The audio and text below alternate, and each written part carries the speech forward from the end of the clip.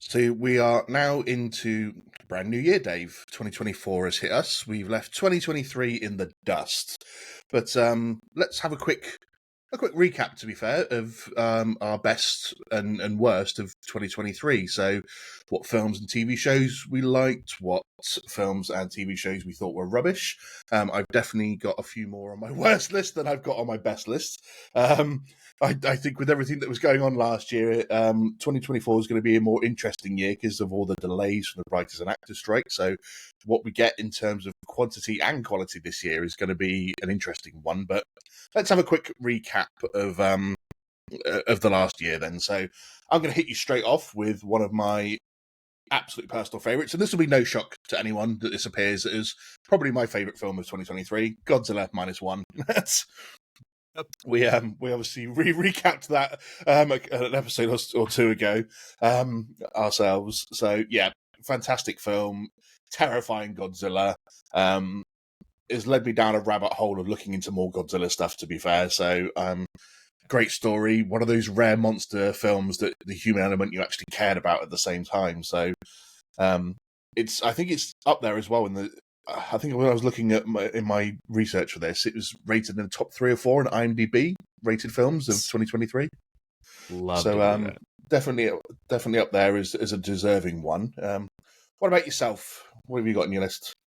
Yeah, I will just real quick, when you said it got you looking into more Godzilla stuff, same. I've been like reading more about the Toho films and a lot about the history of it. I even rewatched King of Monsters a couple of days ago, and honestly, I enjoyed it more than I ever have. The human element didn't even bother me that much, which is rare.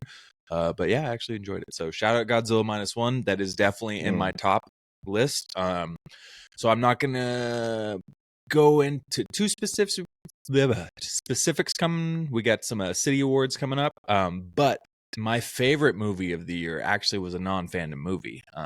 So Godzilla -1 is up there, but my favorite movie is going to Oppenheimer. That's my number one movie for the year. I really, really loved it. It landed for me. Another solid entry by Christopher Nolan. And it was just a great movie experience. But another movie I want to throw out there actually is The Covenant, which was a big surprise. I didn't really hear of it until right before it dropped. It's a Guy Ritchie film. Jake Gyllenhaal.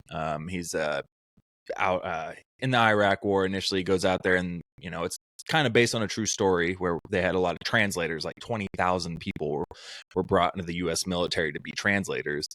And so it's a rescue mission movie, but it's really, really good. It hits some emotional keys on it too, so it was really surprising. But one thing left off is Killers of the Flower Moon. I feel like that might pass that up and be at the top of my list, but I didn't get around to seeing it this year, actually, so it did not make my list. Nice. I'm not going to lie, Killers of the Flower Moon is something I'm unlikely to watch. It just doesn't fall into my brain of where the kind of thing I would normally watch, to be fair. Fair enough. I have very simple tastes when it comes to films as an absolute stupid nerd geek. I struggle with like timepieces and like old school films and things like that. So it just doesn't, and like if there's no laser swords or like space battles, I'm like, what's the point? I like it. I struggle a little bit with those, but to throw another one out there from my list, to be fair, trying to stay away from like the fandom stuff, to be fair, because I'm going to honourable mention to Guardians of the Galaxy 3. It doesn't quite make my top 2 or 3, but I think is a wrap up to their particular trilogy, and as one of the Marvel films this year, it was the best one that we got by quite some distance. So, but probably the other one that appears near the top of my list is Super Mario Bros. Really fun film. I think, given the awful films that came out in the 90s, those of us that grew up with Super Mario Bros. On the Game Boy and stuff like that, we really needed something like this. And I'm not going to say it was like, it's as a drama or anything like that. It's like the top film of all time or anything like that. But it was a fun film. It was something good to see. Jack Black as Bowser was absolutely outstanding. That Peaches song obviously had everyone for months in terms of it. Let's hope that does win an Oscar, to be fair, because that would be incredible. It might. It might. Yeah, it's an original piece. Who knows? Yeah, dude, it was good. It was catchy. It caught on to my. I was singing it in my head for a couple of days after I first heard it on social media.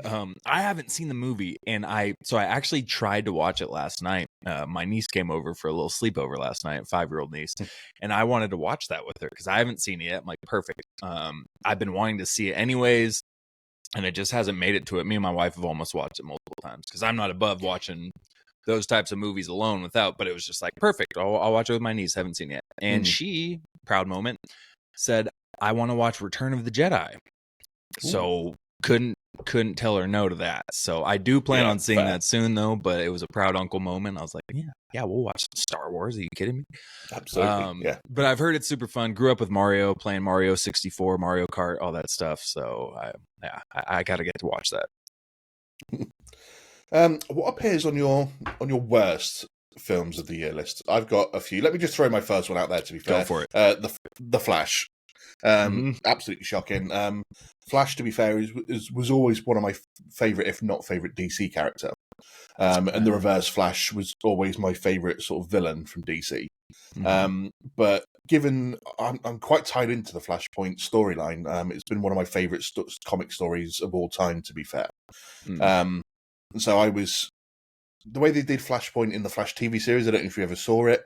You expected it to last like a good 3 or 4 or 5 episodes, maybe have repercussions and stuff like that. It lasted like 1 episode. So when they said they're doing a film on it, I was like, cool, maybe they're actually going to finally do this justice. And I was so disappointed with this film. It was absolutely shocker. Yeah. So I can't really say much more because it was a fucking pile of shite. So, what about you? What have you got on your list? Yeah, Flash is down there, mainly because of just the disappointment factor, because of how high of expectations I had, like you said. Honestly, another one that's down there is Blue Beetle. It didn't land for me at all. I was very disappointed by it. I didn't think it was horrible. I just didn't think it was special, like I was kind of hoping it to be. So it's lower. It's not my worst of the year by any means, but it's in the disappointment pile for me. I'd say worst of the year, probably going to go with the most recent one I just watched, Rebel Moon. That's on my list. Yeah. And I saw a lot of ratings saying 3 out of 10, 3.5 out of 10, 0 out of 10. I would probably give it like a 6. So I don't think it's the worst movie I've ever seen. But man, what a disappointment. I mean, and I heard enough before I watched it about how terrible it was, so I didn't have a lot of expectations. And I didn't think it was going to be that good from the trailers anyways. I didn't really know what the plot was. I just knew it was a Zack Snyder failed Star Wars film. So I'm like, okay, rated R, Star Wars film. Turns out PG-13 wasn't even a rated R Star Wars film. And it was just pretty generic in every possible way. So I will probably throw Rebel Moon as worst movie for me. Yeah. Rebellion. And they talk about the fact that although there is like an MA rated or like a director's cut that they're going to release that's going to be much different. I'm like, what's the point in doing a PG rated? I will watch obviously part 2 because I'm one of those people that once I've started something I have to complete it. Right. So I will watch part 2, but I was a lot more brutal. I think when I rated this one online, I gave it a 3.5 out of 10. I think I was going to say, I think one of yours was a 3. So it was. I get it though. To me, absolutely shocking. That when I saw it, before I even saw the movie, a day after it released, I saw a post and it was a Zack Snyder quote saying, I really want fans to see the director's cut. It's a totally different movie. And it's like, okay, bro. What? Okay. The Snyderverse, the Zack Snyder's Justice League thing, I get it. Things happened. I get it. But if you're going to say this every time your movie comes out instantly, like, well, you should see the other part of it. It's like, well, maybe you should make a movie that we can see it the first time around. Like, if you can't fit it into the window of what's going to come out into the theatrical release, and this happens every time you make a movie, maybe you need to change some methods of your own, because I saw that post and immediately just rolled my eyes. Like, come on, man. It just came out. This is like every DC film director's excuse now, because they were doing it with the air cut for the Suicide Squad, and it's like, this is how the DCEU died, not on a pile of good films, but in a pile of director's cuts in the editing room. Cuts. God. Yeah, after a while. Yeah, to throw a couple more out there on my worst list. To be fair, the Netflix film Leave the World Behind. I don't know if you've seen this. I have. I saw through Facebook that this was supposed to be a really good film, so I said to my wife, I was like, "Let's sit down and watch this." And then 2.5 hours later, I was sat there confused about this whole film. I was like, I understand the theory of the plot, but it was so Right. fucking boring. It was like you're just sitting there through tedium at the end just to get through it, and it goes, is there anything actually exciting going to happen, or is there going to be any real explanation to what's really going on? And then it's just like, not really. Nope. So it was just boring for the great cast that it had of like the 3 or 4 well-known actors in there. Like Kevin Bacon showing up for a useless 10 minutes. Yeah.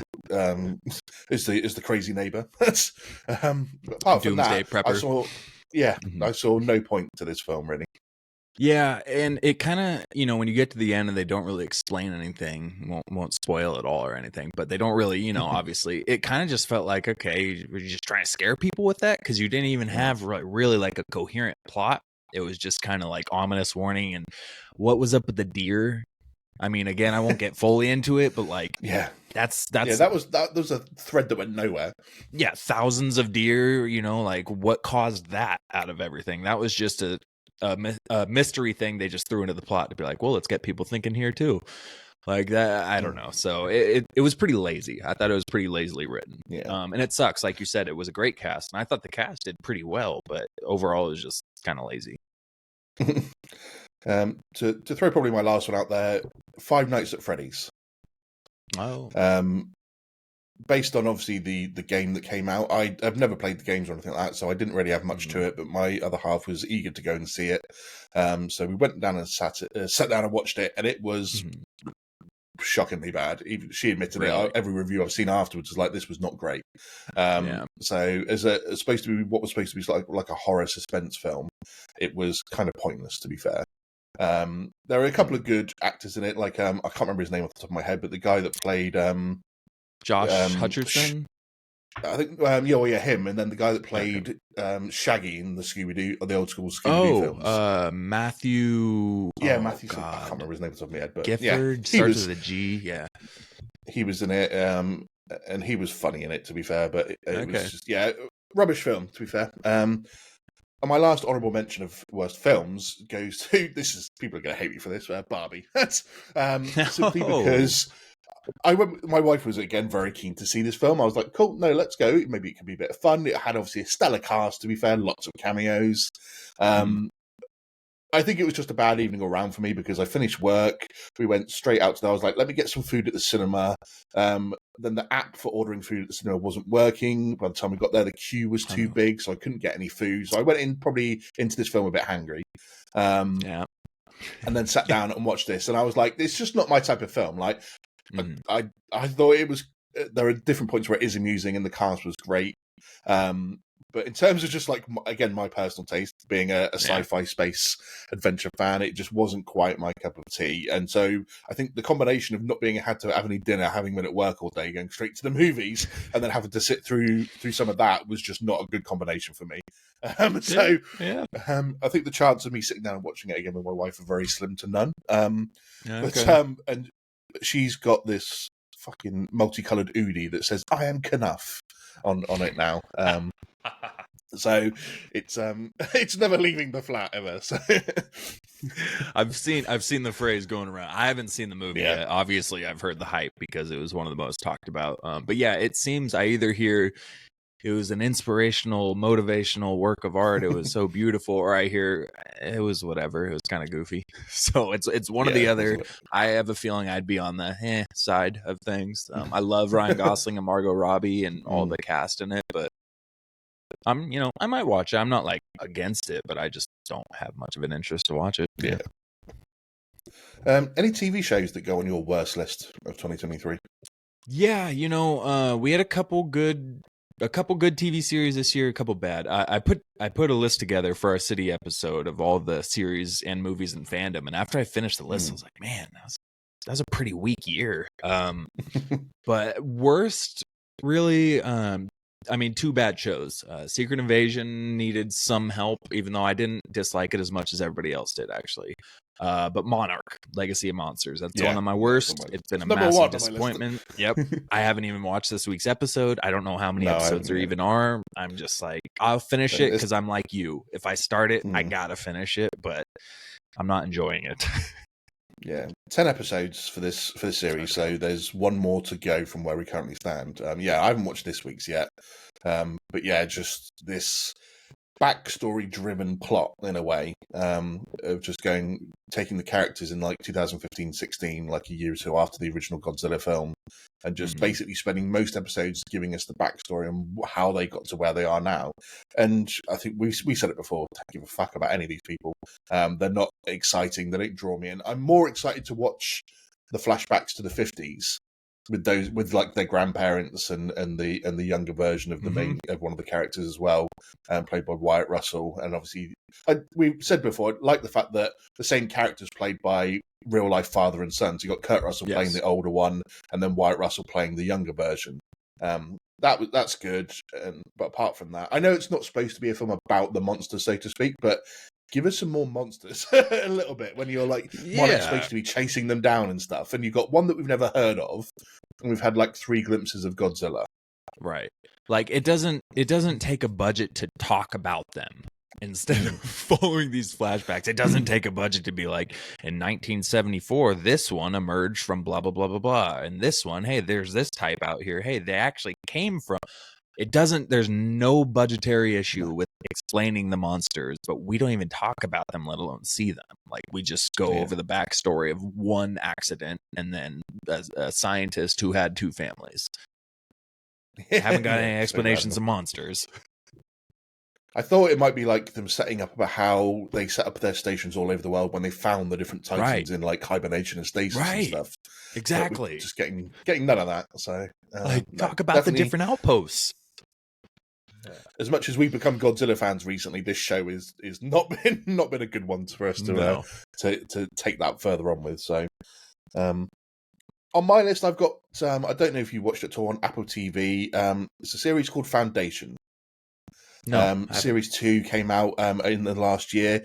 It's based on the old Isaac Asimov novels. Foundation. Foundation was one of just talked about as one of the greatest sci-fi novels of all time in the series that he did after that. It's quite hard to explain, really, but based on this show being based off the books, I always thought this was going to be a hard series to nail because of how complicated the kind of the story is, and that each book jumps ahead several hundreds of years each time, so it's never the same characters in each book. Whereas with this TV series, they've tried a way to keep the characters from the start of the series in it and jumped ahead hundreds of years and keeping them somehow in it by being in stasis or being brought somehow back to life. And it's veered quite dramatically away from the books. And this is actually, I'm quite rare in the fact that I wouldn't normally have read the books and then seen a film or TV series to be able to then talk about the differences between the two. This is a rare one for me where I actually have. And it's catastrophic the differences between the books and now this TV series. They've gone so far off it doesn't even seem recognizable to me as the book. So to me that appears on there. So yeah, big I'm not excited. They're going on for a season 3, which they need to because they set up the story for season 3 and season 2. So apart from that, though, it's just again one of those ones that I will continue watching because I need to see how they're going to end it. But I'm not excited to watch it anymore. You're stuck. What about good shows? What have you got in for a good show? So I would, at the top of my list for good shows, I got a few from fandom, actually. I don't know if I watched any TV shows that came out this year that were outside of fandom, actually, though, the more I think about it. But for me, Ahsoka is up there. I really liked Ahsoka. It worked for me. Last of Us was pretty solid, and Loki season 2, obviously. Loki season 2 is loved it. I still don't know if I like it more than the first season or not. It's kind of hard. The first season's great. But yeah, those were just a few solid seasons. We needed Loki. The MCU needed Loki. Everybody needed some type of success to come out of the MCU. And it had a pretty cool little exit there. And Ahsoka was polarizing, but I think it worked for me. So I think for it, my Star Wars heart needed it at least. I needed a Star Wars show to land. Mando season 3 was a little iffy, so Ahsoka for me it worked. Yeah. So as far as TV series go, it wasn't that bad. There weren't a ton, but the good outweighed the bad for me. Yeah, I've got Ahsoka and Loki on my list as well. I did actually put season 3 of The Mandalorian down as an honourable mention because I actually really enjoyed the season as a whole. Okay. I think the Star Wars fan of me loves almost everything they put out Star Wars wise. You know when you look into your Facebook memories when they pop up, and obviously over the last month or so, there's been quite a few popping up because of the sequel trilogies that always came out in December. So I've been able to re-look at some of my comments after first walking out of the film to seeing some of the sequels, and my God, how far off was I on some of those? Some of those ratings and quotes that I said. Like I think I gave Rise of Skywalker a 7 out of 10 when I first walked out of the cinema. Because I was like, it's the end of a trilogy. It's giving you the nostalgia you need as a Star Wars fan. It's playing to the fanboy in you without having to go over the top about it. And then you watch it back and go, my God, I was so far off on Isn't that rating. weird? I swear to God, same thing, Andy. I came out of the theater after watching Rise of Skywalker, and I texted my older brother, who got me into Star Wars in the first place, who is a big, Star Wars fan. Read Heir to the Empire when it came out, like had the paperback, big Star Wars fan. I texted him after I came out of that. I was like, they did it. They put together a solid movie. I told everybody, I was like, it was pretty good. I took my wife and her dad and sister back to it and saw it a second time in theaters. And the whole movie, I was like, wait, this isn't very good. What's going on? And every time I watch it back, it gets worse. And I'm right there with you. I probably would have put an 8 on it. And now it's like a 5.5. I don't know how they got me, but they tricked me the first time watching. I don't know. Yeah. I was like, oh, there's enough fan service in this for what you need as like for a final ending to the Skywalker saga and all this sort of stuff. And I was just like, originally I still don't have as much of a problem with that somehow Palpatine returned line because I'm like, how are the rebels going to know how he returned? It's a decent enough line for them to say because it's not like they're going to put a galaxy-wide explanation out. He's like, I fell down the shaft. I use some Sith magic to transfer myself into a new body that I've been cloning on a secret planet for the last 30 years. So I was like, I think that's a fair enough line. I didn't have much of an issue with it. That's fair. So closed capture or closed circuit footage showed the Emperor falling down, and it's like in recovered CCTV footage from the Death Star 2, we see Palpatine leaving his own body. It was just funny, just going back and going. I gave stuff far too much of a good prediction good review at first. But, yeah, that's hilarious though. I'm glad somebody else did too, because I always feel silly. But yeah, I had Loki, Ahsoka, honorable mention of Mandalorian. Any other one that I put on the sort of my favourites of the year was outside of fandom was a Korean zombie show called Happiness. I've been trying to get more into some zombie stuff recently, watching films and TV series. I don't know why it's been on my mind, but I was like, I want to watch a bit more zombie stuff. Randomly found this show, and what I loved was watching it in its normal Korean language with just English subtitles because it gives it a bit more authenticity. But basically, it was like about these two cops that had decided to get married even though they weren't in love, so they could get an apartment. It's like civil servants or something. How they work in Korea, they get given an apartment if they're married, and then 10 years down the line, they get an option to buy it really cheap. But then they move in together, and all of a sudden, there's like a zombie outbreak from some drugs that were developed, and all the apartments in like the complex that they're at gets completely locked down and they're stuck in there, and it's how they deal with it all and all the other residents. And there's some people that are really good characters who get killed or didn't deserve to die, and then you've got some characters that you long for them to be fucking murdered or to be chomped down on by a zombie, and it doesn't happen for them. They get so it's kind of like, it was a really intriguing series. It was really, really good. I really enjoyed it. It's only like I think like 12 episodes long. It was just a one-off series. The cliche happy ending for everyone, for most of the people at the end, to be fair. But the way that the series went the whole way through, I actually really enjoyed it. So if you haven't seen it and you love your zombie stuff, it's on Netflix. It's called Happiness. Really, really worth a watch. So I've heard of it, but just briefly. So yeah. Anything else, or is that everything you've got on your list? I think that's all I got for that little wrap up. Same for me. Yeah, not a bad year. I think we need, like I said, I'm slightly in trepidation for what we're going to get this year because of the strikes and everything last year. We're definitely getting a lot less stuff, but hopefully the quality will still be good. Hopefully 2025 will be a bumper year since everything's been delayed till then. Right. It should be insane. We should have the Batman 2 Man of Steel. Oh my gosh, I don't know. Superman Legacy, not Man of Steel. Legacy, yeah. A little Freudian slip there. Yeah, no, we got a ton of stuff coming in 2025. I'll be looking forward to that. Okay, for some reason my music's decided it doesn't want to work, so we'll not worry about that then. Oh, all right. I love it when it does this. If you want, I could get that sometimes. Yeah, no, it does. It happens with me. Did you flip on the live setting on it? Yeah, I did do that. Yeah. Let me just try it one more time. It's like 50-50 with us. Hello and welcome in to a very special episode, the second occurrence of the Galactic Core Podcast / Why So Sidious podcast crossover episode. The last time this happened, we covered the incredible Godzilla -1 film that shook the world from Japan all the way to America, to London, to the UK, to Australia, all over the freaking place. It took over, and it's still going hard in theaters. So this time, we're going to be covering What If Season 2. Will it hold up to our first crossover episode? You'll have to tune in and see. I'm your host, David, and here with me is my co-host, Andy of the Galactic Core Podcast. How are we doing today, Andy? I am all good, my friend. I'm all good. It's a pleasure, as always, to be back with yourself and the Why So Sidious podcast.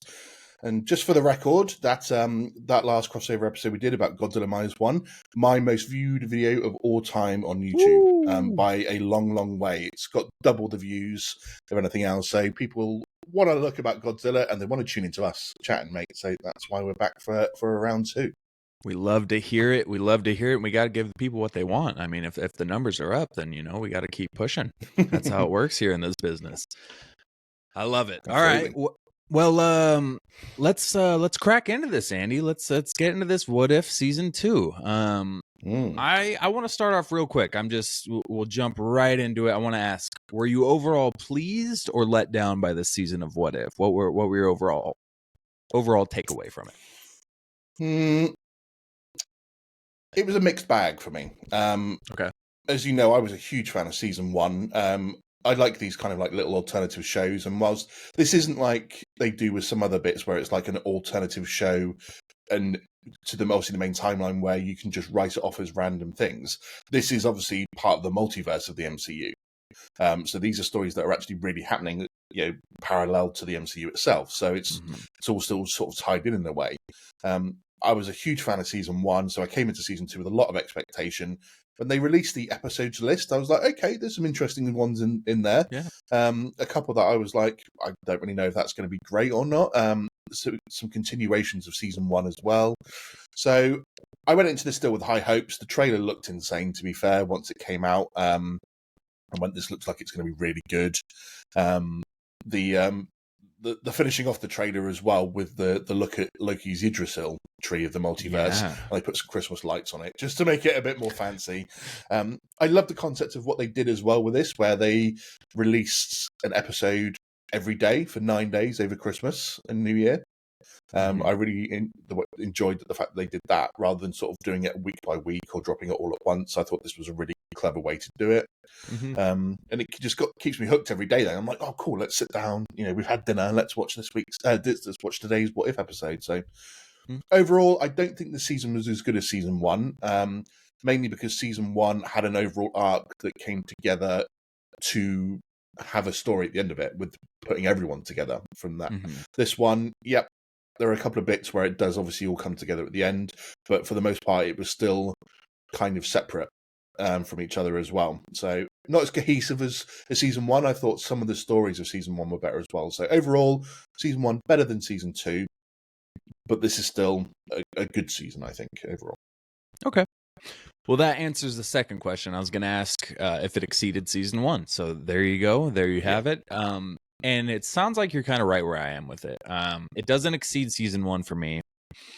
I will say it's interesting though. We have the same take, but for different reasons. I actually kind of felt like you're right about season 1. I liked how they told a bunch of different stories, but then at the end they combined all of those stories into, a 2 or 3 part. I forgot how they ended season 1, but they, at least for the first 80% of the season though, it was all separate, and then they brought it in together in a really nice way to wrap it up. But it still felt like it was kind of what if, the whole point of what if is to ask what if, what if this, what if, like, crazy, creative, unique circumstances that you could ask that. And so this season, it was kind of all over the place, but I think 4 of the episodes had Captain Carter in it. And a lot of it felt like it was kind of the same Captain Carter that we just got in the last 2 episodes of season 1. So to me, it almost felt like the Tales of Captain Carter, or like Captain Carter and the Multiverse of Madness, more so than it did What If season 2. I know that kind of makes it sound like I don't like Captain Carter, because I actually do, whether it's live action or animated. I think it's a pretty cool character. I love Haley Atwell. She kills it. But it just kind of felt like the Captain Carter show rather than a season of What If and going crazy with whatever the case may be. So I felt like they just stuck too much to her for this season instead of being more creative with their storylines. So that was my take from it, but I'm with you too. It wasn't a bad season. I still enjoyed the majority of the episodes. I still really liked at least 4 of them.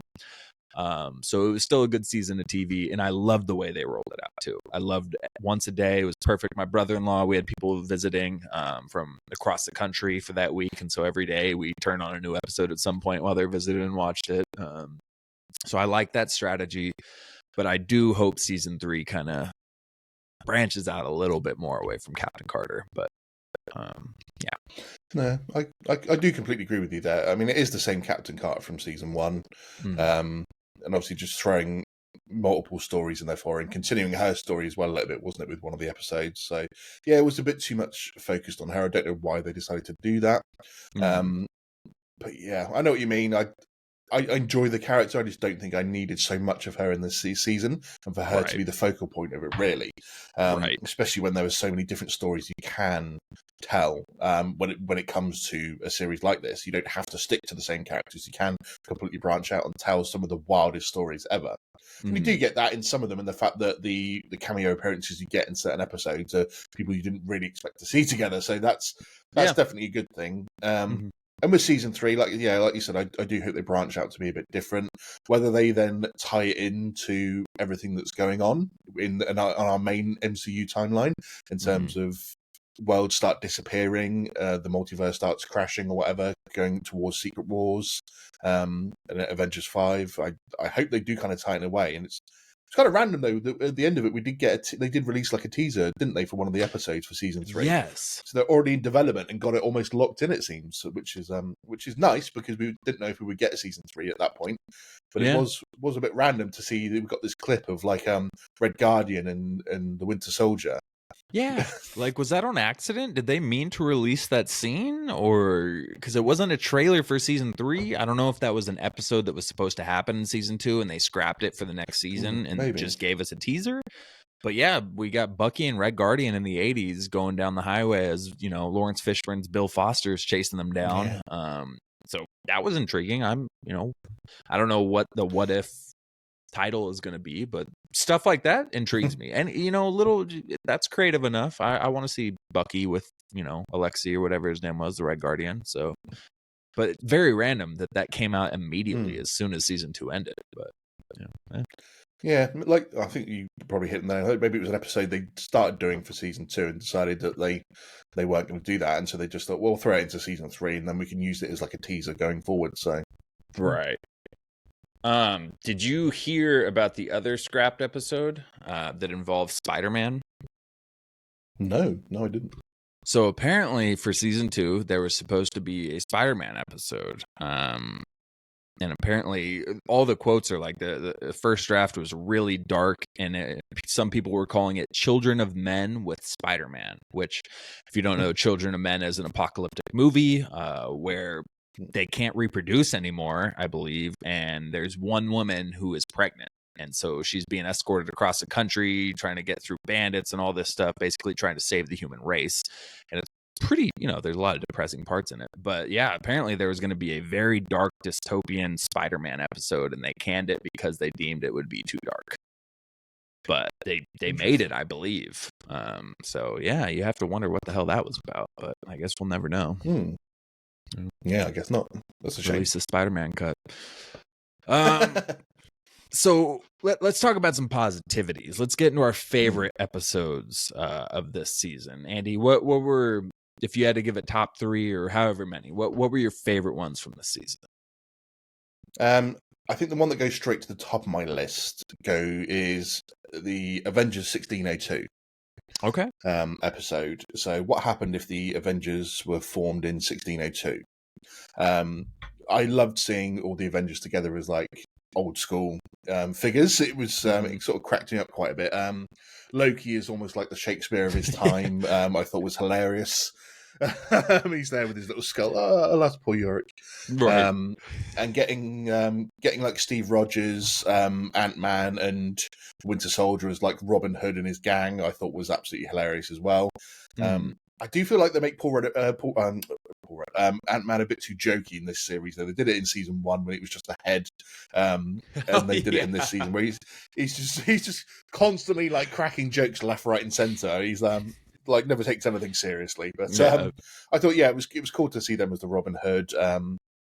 And obviously the story about an incursion happening. Okay, well, yeah, the episode may have been a bit more Captain Carter-centric than I wanted. It was good to see the rest of them all there.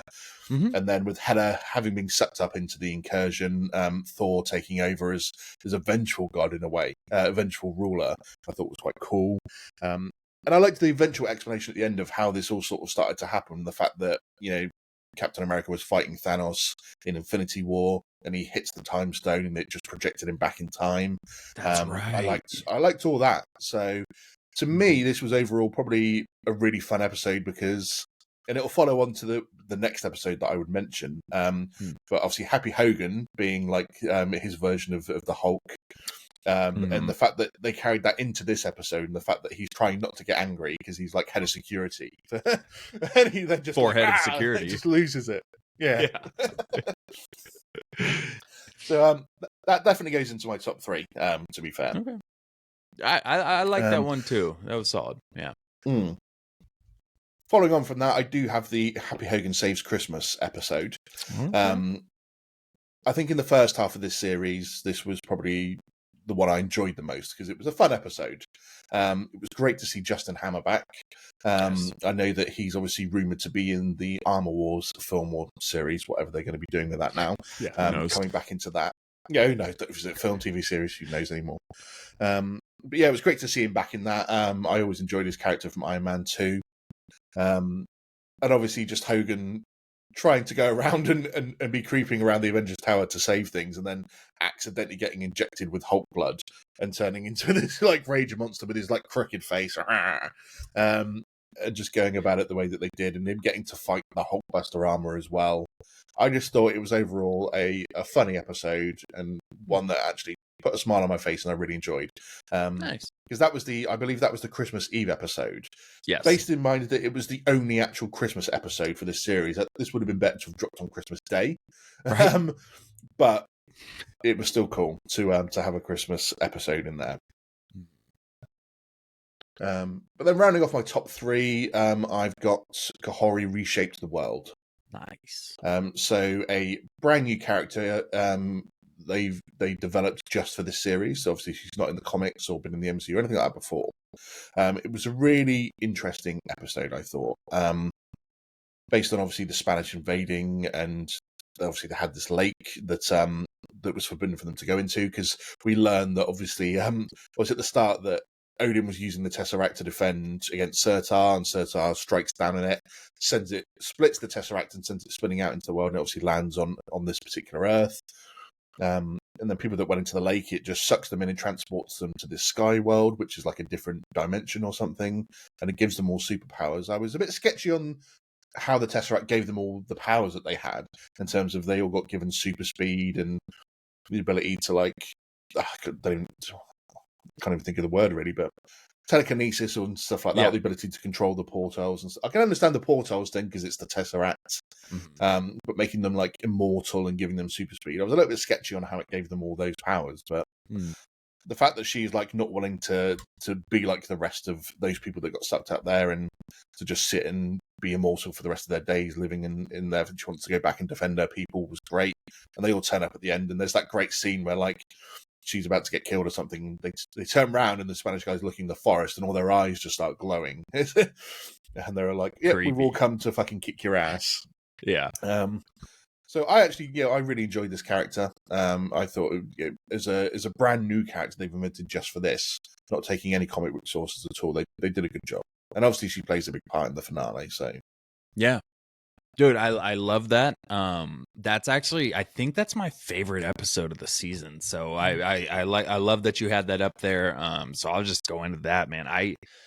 I felt more in this episode than any other episode. I'm a big emotions guy when I'm watching stuff. I probably cry a little bit too much than I should. I feel a lot of Lord of the Rings stuff. I feel the hairs lift on my body. I'm ready to run into a battle, and I anything that makes me feel like strong emotions that resonates with me at all is always going to go to the top of my list. And this one really did that. It was a beautiful story. And like you said, it's a brand new character, and it's so refreshing for them to not just change existing characters to how they want to do or whatever the case. It's just refreshing for them to be like, let's make a new person and represent the Native Americans who we don't have Native American. Well, we do actually. There's a couple X-Men, I believe, who are Native American, but it's not a lot.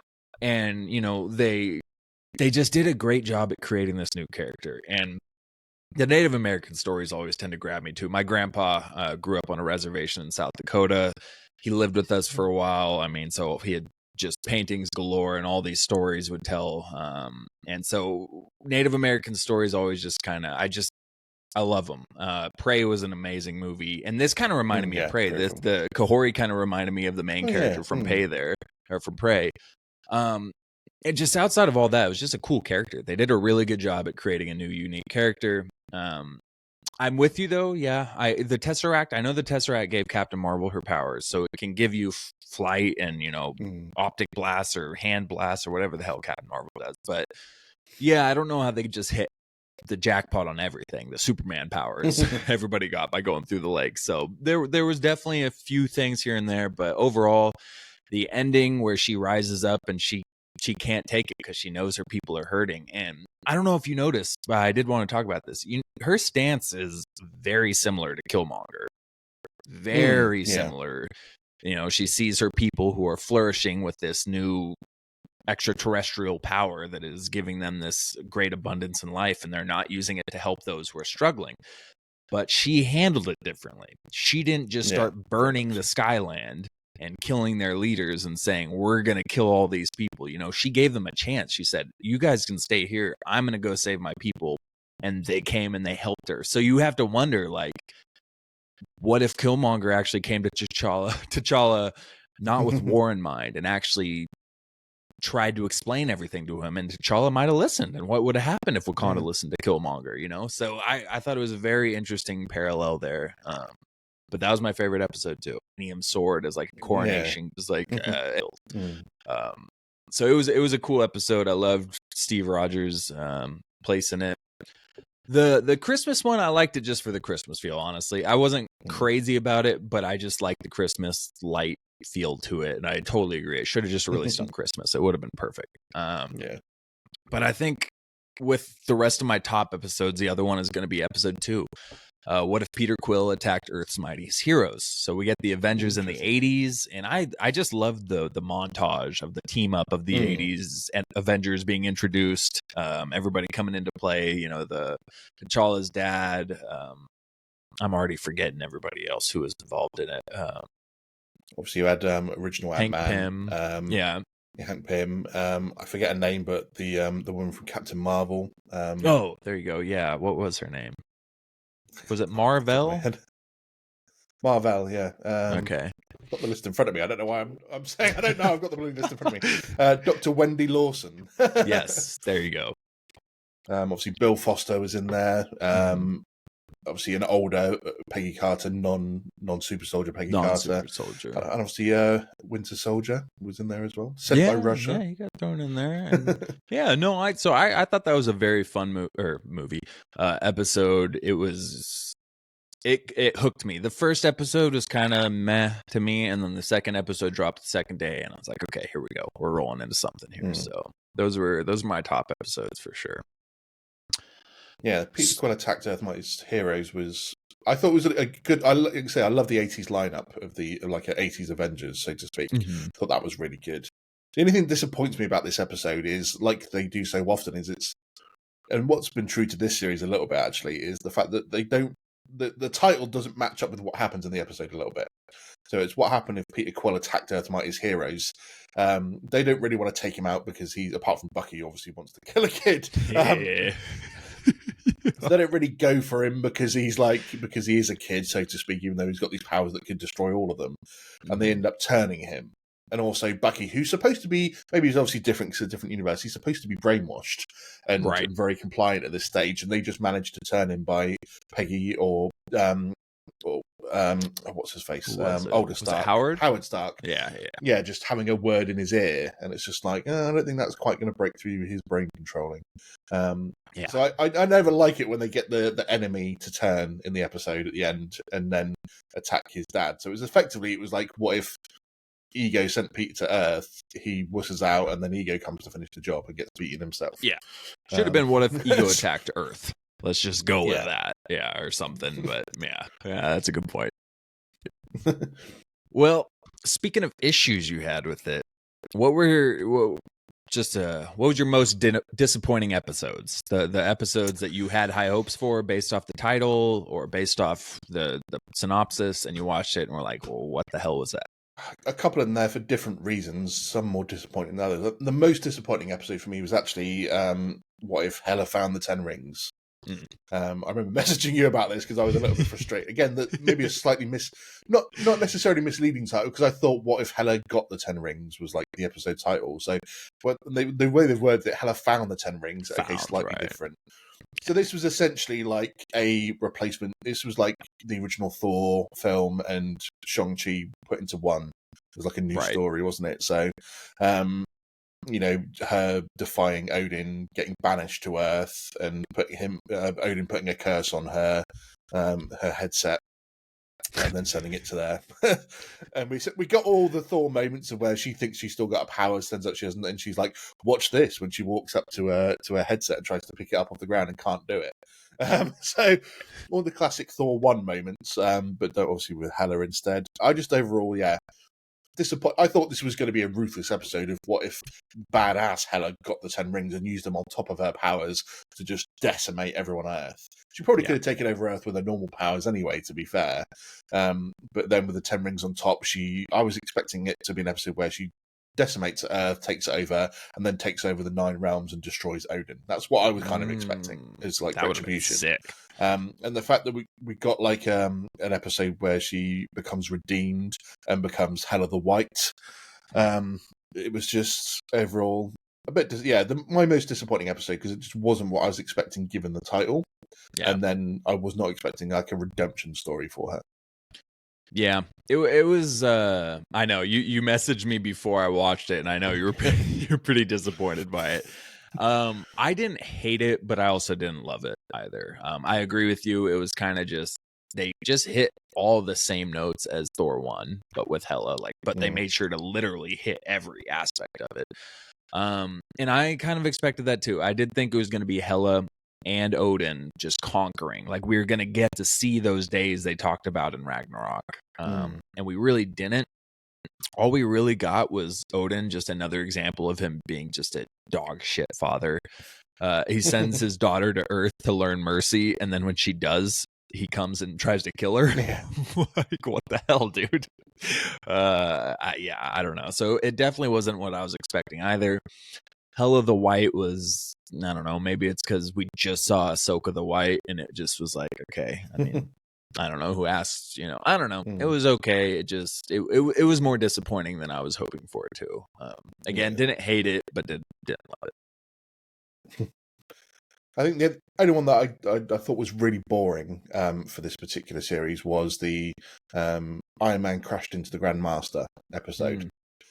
So this was a leftover episode from season 1, where we never get to see Gamora that we see in the finale of season 1 set up.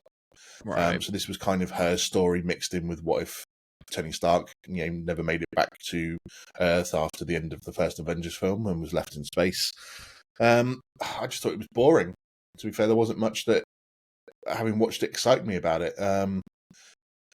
Yeah, I don't really have much more to say about it. I literally just thought it was a fairly boring episode. There was nothing exciting about it. It's kind of weird when you're doing a retrospective episode of a character that was already brought into the finale of the first season as a badass, and then just turns up out of nowhere really in this episode. And then just Iron Man kind of being Iron Man. I'd like to see Tony Stark and the Grandmaster on screen together in a proper film. That'd be funny. Because I think Robert Downey Jr. and Jeff Goldblum bouncing off each other would be absolutely hilarious. Yeah. But for me, in this episode, it was just kind of a bit meh. Yeah. So, yeah, I don't really have much more to say about this episode, apart from the fact that I just find it boring.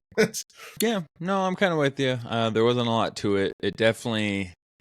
It was, I think after that, it was like, okay, 4 episodes in, I only really, really liked 1 so far. And after I watched episode 4, I was like, man, this season it's dragging a little bit. The only part that stood out to me was the very end.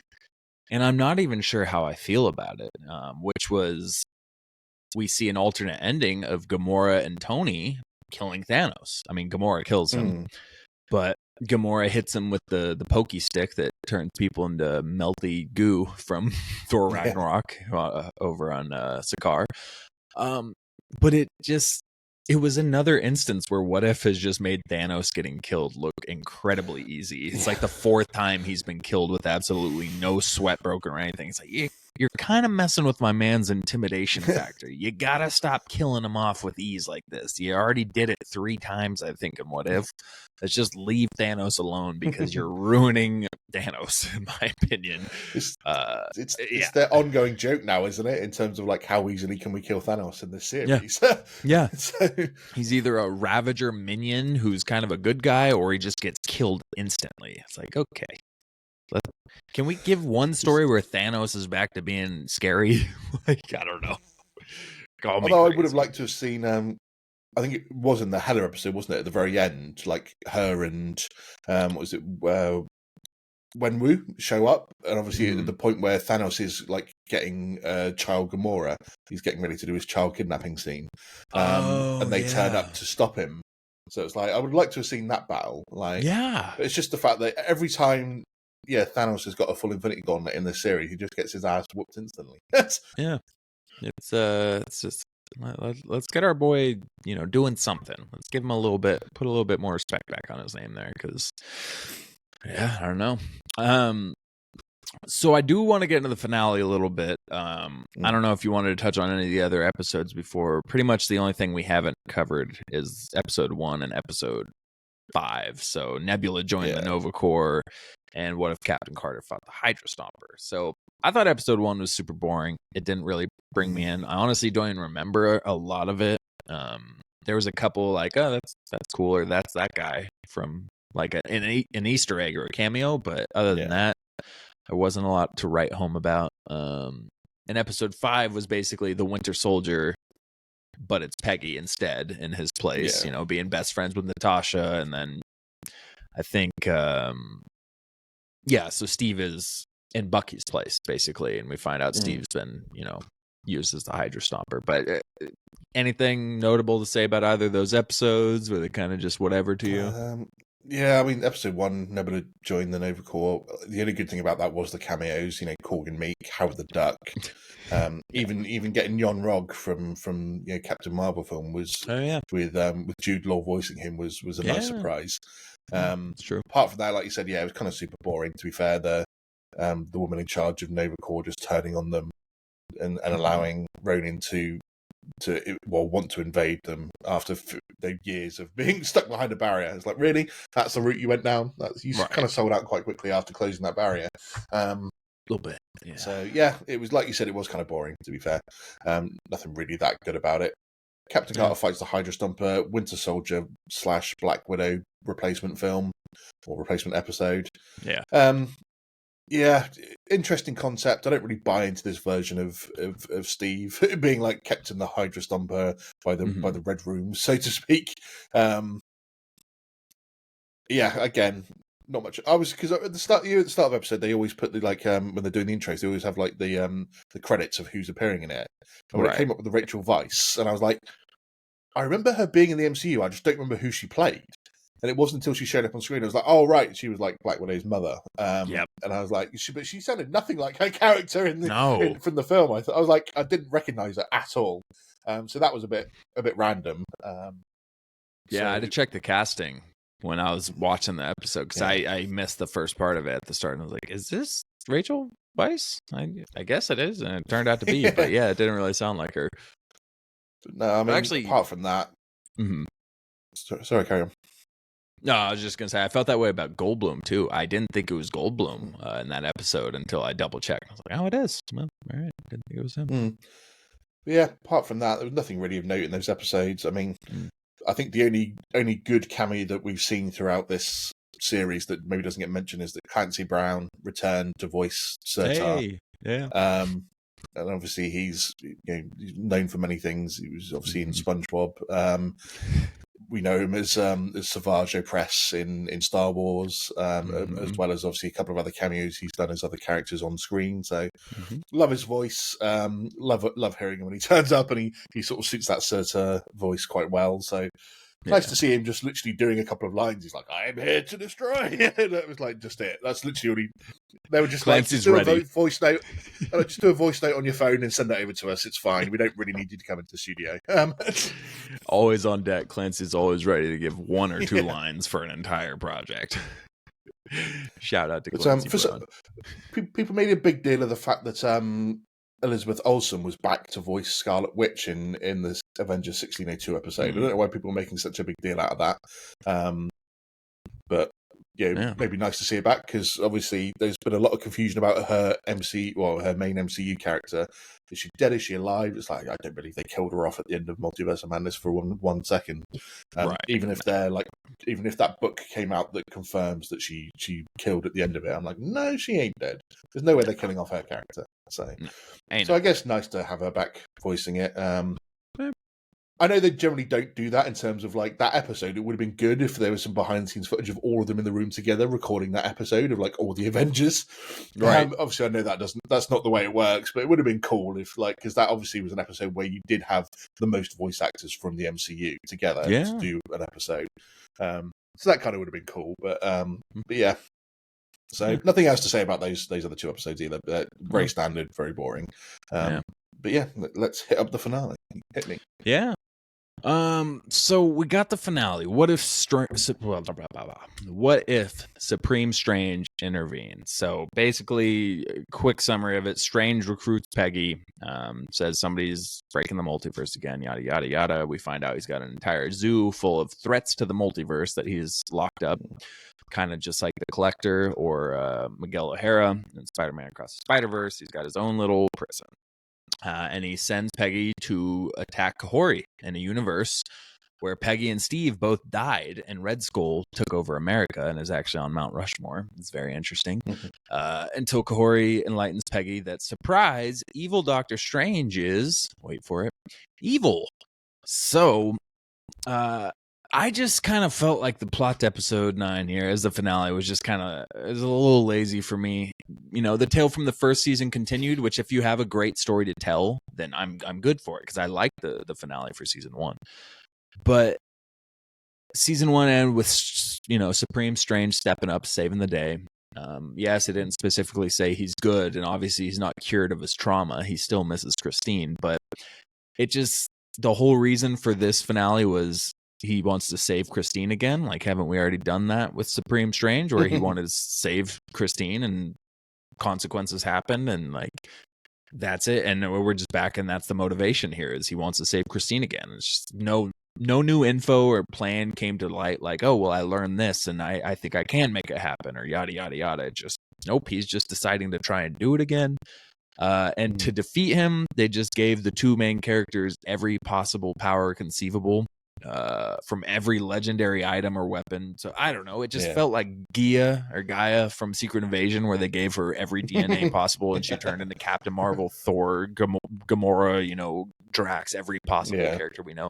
So it just kind of felt like lazy. They just gave them everything. Like, here, you can have Mjolnir, you can have Stormbreaker, you can have Zeus's lightning bolt, you can have the power of the Tesseract. And then they just kind of wiped him out. He kind of wiped himself out again at the end, which kind of felt repetitive to where he saw it. Just all felt repetitive. And I don't know. It didn't land that much for me. It was okay. There was some cool stuff in it for sure. There was some really cool shots. But overall, for a finale of season 2, it just kind of felt like it wasn't that original of an idea. I don't know. But I know a lot of people liked it, and I don't blame you if you did. That's how it landed for me. How did it land for you? I'm curious. Yeah, I was a bit disappointed. Strange Supreme was probably my favorite character to come out of season 1. And because the guy is badass. Like, the way he deals with Infinity Ultron in the finale episodes of season 1, unreal. I mean, the guy swallows a galaxy being exploded. Insane. Like, that's fucking insane in season 1. Yeah. Like, this guy is badass. He's like pretty much got to be one of the strongest beings out there. He can stop people with a full Infinity Gauntlet. And he's not only battling like Infinity Ultron in these episodes, he's trying to save everyone else at the same time. Like, he carried that battle 98% of the way. And everyone else was just in here, just like hitting a vibranium Ultron with their shields and their batons and whatever, and doing nothing. Right. So it was just like he carried them. So I was expecting this episode to be huge in terms of what this character was going to deliver. The way that he's left in season 1, he's just left in his sort of shut down universe, keeping an eye on Ultron and Killmonger, isn't he? And that was sort of like his duty given to him by the Watcher for the rest of his time. He's like, sorry, mate, you fucked up, your universe is gone, but you're going to sit in this void and watch these two characters be frozen for all of time and make sure they don't escape. So it was interesting to see him show up in this episode in the Sanctum Infinitum. So it was like, did he build himself this sanctum during the time he's just sat there doing nothing? And then we obviously saw him right at the end of the Kahhori episode, because he does show up and he's just like, I've been waiting to talk to you for a very long time. That's right. And so I wondered where that would go. But yeah, overall, this episode, the storyline was just kind of disappointing. When we see the tagline of, what if Strange Supreme intervened, I was expecting, and I'm sure I saw a clip in the trailer where we see him appearing through a portal and he's coming down to the Battle of Wakanda when Thanos shows up with the gauntlet. Maybe I'm misremembering, but I'm sure that's where I got excited, because I was like, he appears above Thanos in Wakanda through a portal, and I thought that's what it means by if he intervened at that moment in the Battle of Wakanda. And helps the heroes to win rather than the blip happening. I thought that's essentially what this episode was going to be. So maybe that's my fault. Awesome. Maybe I got twisted round, but yeah, like you said, it's just the fact he's back on this case of trying to save Christine, even though it almost been sort of proven to him in season 1 that he couldn't change this nexus point or whatever they called it, in terms of Christine had to die in this universe. Right. So to go back on that. Okay, you're keeping in line with the character and the fact that that's all he wanted to do was save Christine. But yeah, the cool cameos in this we get from, obviously, because, he's capturing universe killers, and it turns out he's capturing everyone. So we do get all the heroes and baddies in there together. And we see pretty much every baddie from every universe that we've seen across both seasons of What If, either in status or in the big fight when they're released. Loved the fact that zombie Scarlet Witch showed up with all of her zombies behind her. That was pretty epic. Because I can't wait, by the way, to get the What If Zombies series that's coming. Yeah. That's obviously going to be animated in the same style. I cannot wait for that, to be fair. I thought the Zombies episode from season 1 was one of my favourites. So I can't wait to see that. So yeah, getting Scarlet Witch, and because the zombie Scarlet Witch is going to be fucking terrifying. So to she be already up against is, that, man. And zombies in general. Yeah. She's scary as hell. Yeah. I would not be sticking around for that one. I'd be turning and running as fast as I could. God, no. Yeah. Yeah, then the final showdown with Kahhori, Carter, and Strange. Like you said, just throwing every weapons at all of them. I was not a fan of that because that's just like, let's just give you the kitchen sink in a way to kind of try and make it cool without it actually being cool at the same time. Right. There was that cool moment when obviously, season 1 Killmonger shows up. And you think, oh, cool, so we're going to have a proper showdown again, sort of thing. And he gets beaten really easily. Like instantly. And then Carter just takes all the Infinity Stones. And I'm like, okay, this killed Tony Stark, but how was it working for you? How? Okay, how? I get this is what if, but we got to keep the rules of the universe intact still. How is she going to catch all 6 Infinity Stones in her hand and just punch Supreme Strange? No gauntlet, no nothing. No. She's not a god. Peter, who was half god, barely could hold the Power Stone alone, and he needed the Guardians to grab his hands before it tore him to shreds. But Peggy can just hold all 6 Infinity Stones and just throw a punch like it's nothing. Like, I don't know. That part was like, that goes against like everything we know about Infinity Stones, but okay. So yeah, that part too stuck out for me. Like, yeah, it's not landing with me, but yeah. Yeah, that was So you've got to stick to some of the rules of the universes and stuff. So that's where my disbelief was really suspended for this episode, and I was like, okay. It was fascinating to see her essentially punch all the different demons and animals and stuff out of Strange, but for them to like have such control over him that they just went back into him, and then they take over. I didn't necessarily enjoy the ending to it as well, where like Strange Supreme himself manages to hold the demons in and sacrifice themselves to the Forge to be the thing that ends it. I don't think Strange Supreme would have gone that way. Personally, I don't. From what we know of the character, I don't think he would have done that. He's trying to save Christine, and this is his whole point. He doesn't then sacrifice himself to stop the Forge from exploding. So yeah. Overall, in terms of expectation for the series, this was the episode I was had the highest expectations for and fell short by the longest way. I don't put it in there as like the worst episode of the series, but in terms of my own expectation, another Captain Carter centric episode, really, when it was supposed to be more about Strange. Great cameos all over the place that you could. I watched a YouTube video spotting every single one that they could, and it was cool to see all the different ones that were in there. Oh, I bet. But yeah, it just ends that way. And I don't know how you feel about it. Ending on that bombshell that Strange sacrificing himself and all the power that he had at the end of it actually resurrects his universe, but he's never born into it. And so he does actually save Christine in the end, but he's never born into this universe. And so he's not alive to see the fact that she's actually living. Yeah, I actually didn't hate that aspect of it. I thought that was at least creative. It's one of those scenarios where you don't go home feeling good, but you don't go home feeling depressed either. It's a very bittersweet thing. It's like, okay, Christine gets to live. That's the main thing he wanted, but obviously he wanted to be able to spend time with her while she was alive. So, but I didn't hate that wrap up, that conclusion where isn't that when the Watcher's kind of showing Peggy the universe that is now created now that Strange. That was a good way to end it, to be fair, when she's like, take me home, but take the long route, so show me a few different universes. Yes. And he's like, you won't believe what you get to see, and then we end it on that shot of seeing Loki's Yggdrasil. Yes. I like that was a really cool bit to end that on, to be fair. For sure. Yeah.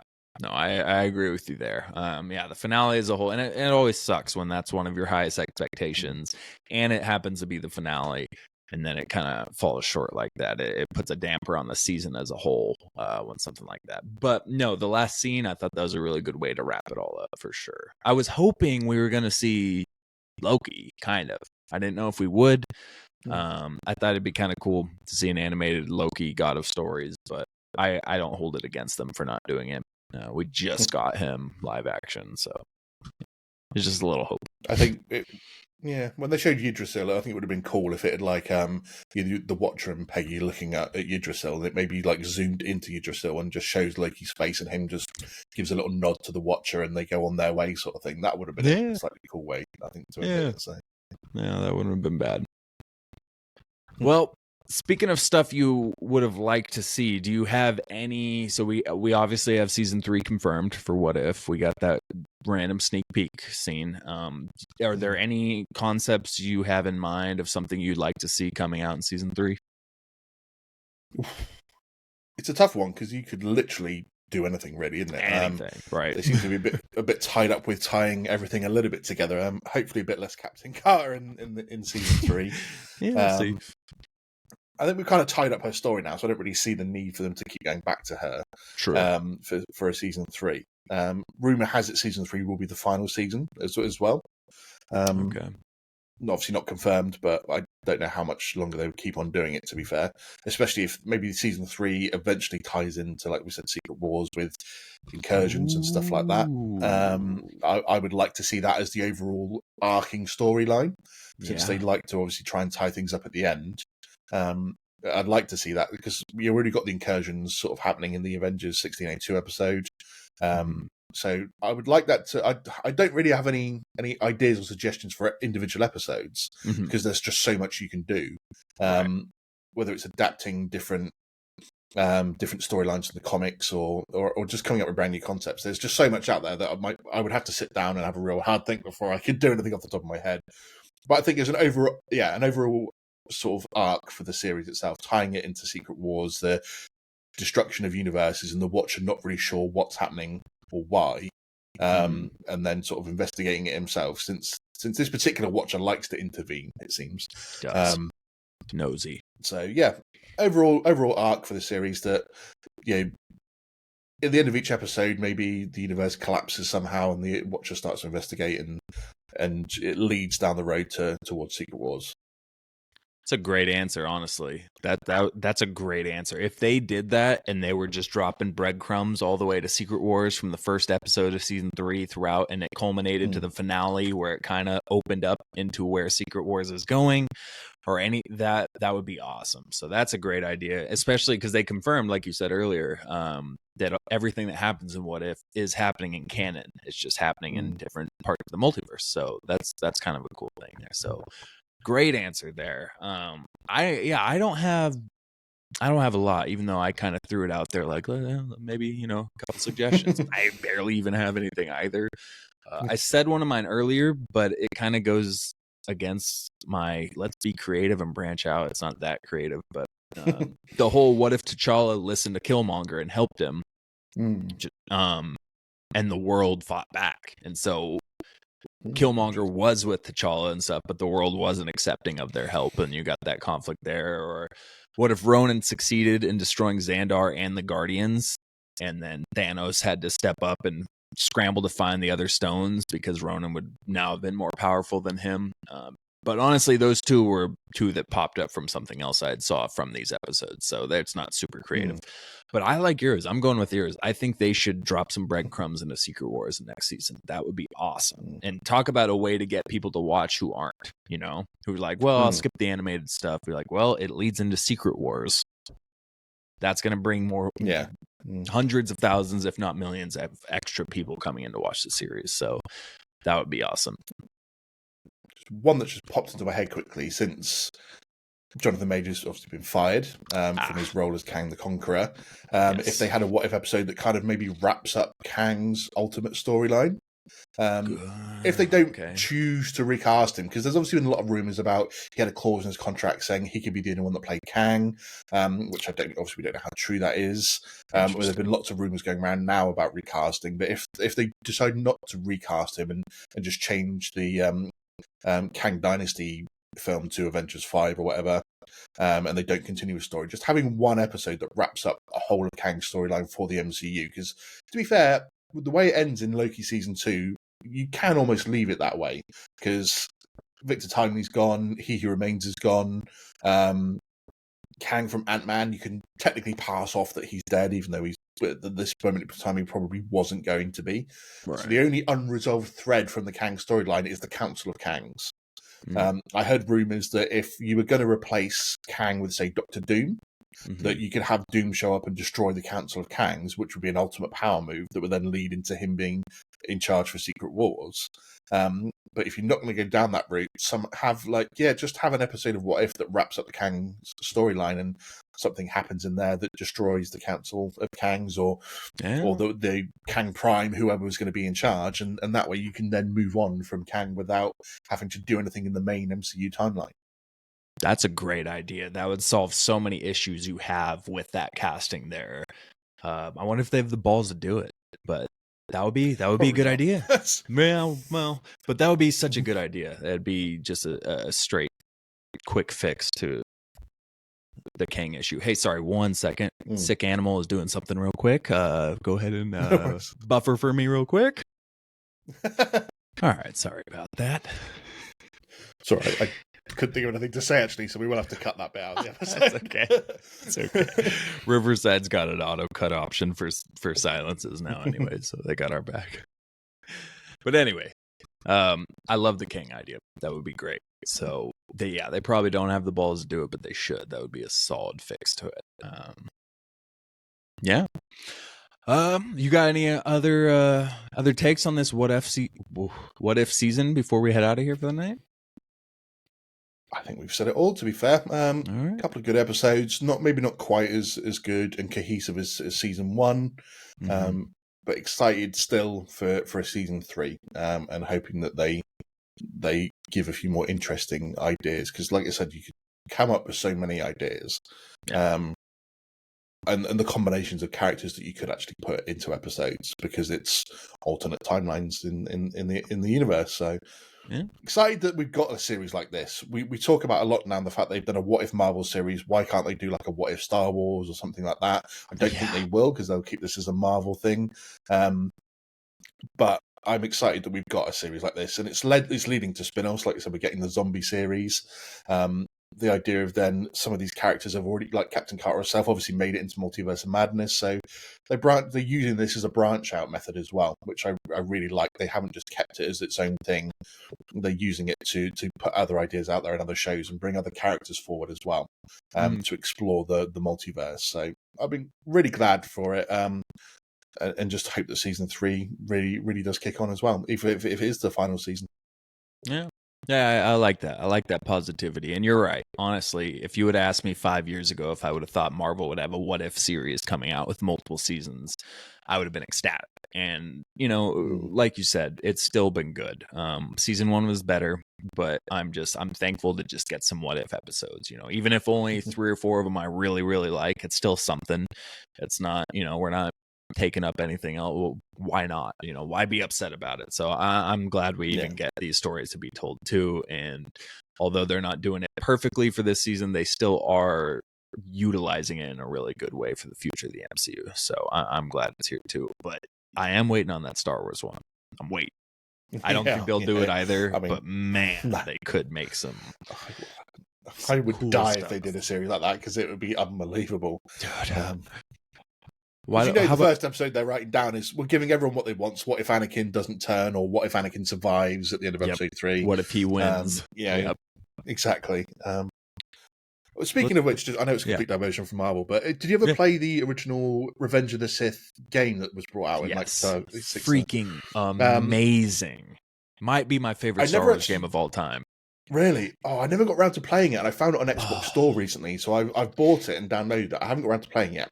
What I did constantly see was the alternate ending at the end of the game. Yes. Where Anakin beats Kenobi, then the Emperor arrives with his guard of honor to congratulate Anakin, and Anakin does this flips his lightsaber up in the air and stabs the Emperor through the chest, and then he's like, "I'm in charge now. I'm the captain now." Takes over. And he's just unbelievable. I was like, "That's what we need as a What If episode, isn't it?" So. No kidding. No, when I watched that as a kid, I was like, "Oh!" It blew my mind. No, I don't know how it holds up. I can't vouch for it now. But when it came out, that game was freaking amazing. When you beat it, you got a versus mode, so it was like Mortal Kombat. You're setting up a 1v1, but the characters you could choose were, I think you could play as Revan. Like, they had so many Sith and Jedi you could play against each other as, and you could play co-op, or split screen. The game was just a freaking blast as a kid. So, well, this is my Sunday decided. Hey, there you go. I hope it holds up. I hope it does. I can't guarantee it, but yeah, they just need to make a hypothetical Tales of the Jedi. I guess if you can't use the what if name, we'll just call it hypothetical Tales of the Jedi. We'll move on. But all right. Well, like you said, I think that'll wrap it up. I think we covered season 2 pretty well here tonight. Andy, thank you so much for doing this crossover episode again, for putting together another one. Tell the people where they can find you. Let's get those tags out. No worries, mate. As always, an absolute pleasure. I love the Why So Serious podcast. Love you guys individually. It's always a pleasure to do these things with you. So, Galactic Core Podcast. Find us on Instagram, Facebook, which, to be honest, I just post episodes on there. I don't really do anything. I don't like any promotion on there anymore. Facebook kind of dying a death. But yeah, Instagram, TikTok are the two main ones where you'll find me at. I'm still trying to game occasionally on Twitch via the podcast channel. Get us on there. Obviously, tune into YouTube, trying to get that growing as well. So please give us a subscribe on YouTube. You can always catch the episodes on there, as well as catching them on Spotify, Apple Podcasts, and all the other main places where you can catch us. What about you, Dave? Tell everyone where we can find the Why So Serious podcast. Beautiful. Well, I got to start off with likewise back at you, man. You've been an awesome guest and an awesome host for us when we guest on your show. I love that we've found our shows, we've connected, and we've been collabing. It's been a pleasure. You can find us as well, Instagram, TikTok, and X, all at Why So Serious Pod. We did start a Facebook page. I don't think we've signed into it in months, so I don't think anything is on there. But we are also trying to break that YouTube barrier. We're putting full episodes on there, full videos, all that good stuff. Our mutual friend Lee over at Lights Camera Rant is absolutely freaking killing the YouTube game. This man went from like 1,000 to nearly 10,000 in a small amount of time. So he is an inspiration to all of us. I want to be like Lee. Go ahead and subscribe to both of us here on YouTube. Help us grow out there. And then, yeah, same, all Spotify or all podcast platforms, Spotify, Google, Apple, all that good stuff. You can find us there. So, as always, thank you for joining us here tonight, and we will see you next time on the Galactic Core Podcast / Why So City, a Nerd Podcast. Good night. See ya.